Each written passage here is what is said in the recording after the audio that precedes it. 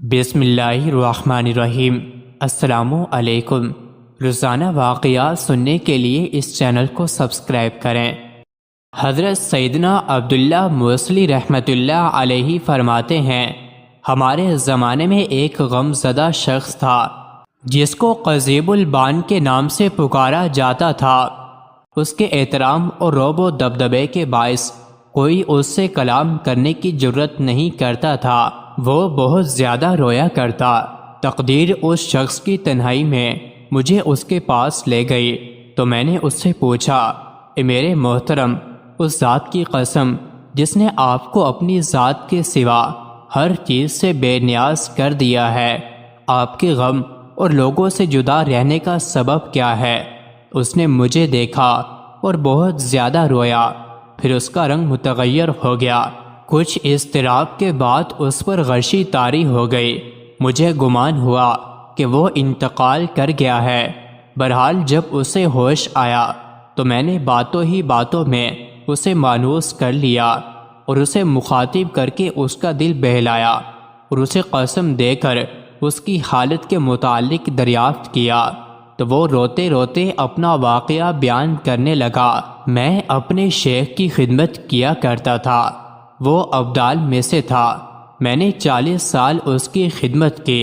وہ بہت عبادت گزار تھا۔ اس نے اپنی وفات سے 3 دن قبل مجھے بلا کر کہا، اے میرے بیٹے، اے اللہ عز و جل کے بندے، میرا تجھ پر اور تیرا مجھ پر حق ہے، اور تجھ پر میرے مکمل حقوق میں سے ایک یہ ہے کہ تو میری باتیں غور سے سنے اور میری وصیت کو پورا کرے۔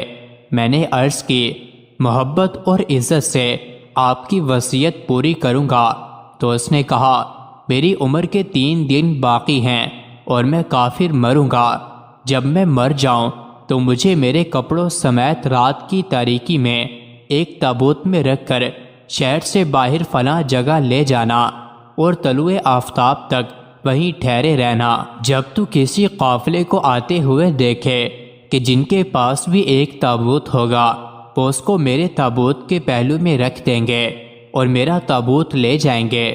تم وہ دوسرا تابوت لے کر واپس آ جانا، پھر اس تابوت کو کھول کر اس میں موجود شخص کو نکالنا اور اس کے ساتھ وہی سلوک کرنا جو تم پر لازم تھا کہ تم میرے ساتھ کرتے، یعنی اس کی تجہیز و تکفین اور تدفین وغیرہ کرنا۔ یہ سن کر میں رو رو کر پوچھنے لگا، ایسا معاملہ ہونے کی وجہ کیا ہے؟ تو انہوں نے جواب دیا، اے میرے بیٹے، یہ سب کچھ لوح محفوظ میں لکھا ہوا ہے۔ جب 3 دن گزر گئے تو میرا شیخ مضطرب ہو گیا، رنگ متغیر ہو گیا اور اس کا چہرہ سیاہ ہو کر مشرق کی طرف گھوم گیا اور وہ اوندھے منہ گر کر مر گیا۔ میں بہت رویا اور مجھے اتنا غم لاحق ہوا جسے اللہ عز و جل کے سوا کوئی نہیں جانتا۔ پھر مجھے وصیت یاد آئی تو میں نے ان کو ایک تابوت میں رکھا، اور جب رات ہوئی تو میں نے تابوت کو اس مقام پر لے جا کر رکھ دیا۔ میرے شیخ نے جس جگہ کا نام لیا تھا وہاں ٹھہرا رہا، یہاں تک کہ جب سورج طلوع ہوا تو ایک جماعت گریہ وزاری کرتے ہوئے آئی۔ ان کے پاس بھی ایک تابوت تھا۔ انہوں نے اپنا تابوت اس تابوت کی ایک جانب رکھ دیا۔ ان میں سے ایک شخص آگے بڑھا اور میرے لائے ہوئے تابوت کو اٹھا کر جانے لگا، تو میں نے اسے پکڑ لیا اور کہا، جب تک تم مجھے اپنے متعلق کچھ نہ بتاؤ گے میں تمہیں نہیں چھوڑوں گا۔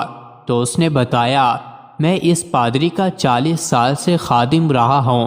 اس نے اپنی موت سے 3 دن قبل مجھے بلا کر کہا، اے میرے بچے، میرا تجھ پر اور تیرا مجھ پر حق ہے۔ تجھ پر میرے مکمل حقوق میں سے ایک یہ ہے کہ جب میں 3 دن بعد مر جاؤں تو تم مجھے ایک تابوت میں رکھ دینا اور اٹھا کر فلاں جگہ رکھ دینا، اور اس جگہ کا ذکر کیا اور کہا کہ اگر تو وہاں رکھا ہوا کوئی دوسرا تابوت پائے تو میرے تابوت کو اس کی جگہ رکھ دینا اور اس کو اٹھا کر گرجے میں لے جانا، اور میرے ساتھ جو معاملہ کرنا مجھ پر واجب ہے وہی اس کے ساتھ کرنا، یعنی عیسائیوں کے طریقے پر دفن کرنا۔ جب 3 دن گزر گئے تو ان کا چہرہ خوشی سے کھل اٹھا کلمہ شہادت پڑھا اور مسلمان ہو کر انتقال کر گئے۔ پھر میں نے ان کے حکم کے مطابق عمل کیا اور ان کو یہاں لے آیا۔ وہ بزرگ فرماتے ہیں کہ جو تابوت وہ لوگ لے کر آئے تھے میں نے اسے اٹھایا اور گھر کے ایک کونے میں رکھ کر کھولا تو دیکھا کہ اس میں ایک ایسے بزرگ تھے جن کے چہرے پر انوار کی بارش برس رہی تھی۔ ان کے سارے بال سفید تھے۔ میں نے ان کو تابوت سے نکالا، ان کے کپڑے اتارے اور پھر فقراء کے ساتھ مل کر ان کو غسل دیا۔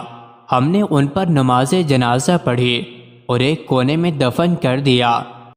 مزید ایسے ہی ویڈیوز کے لیے چینل کو ضرور سبسکرائب کریں۔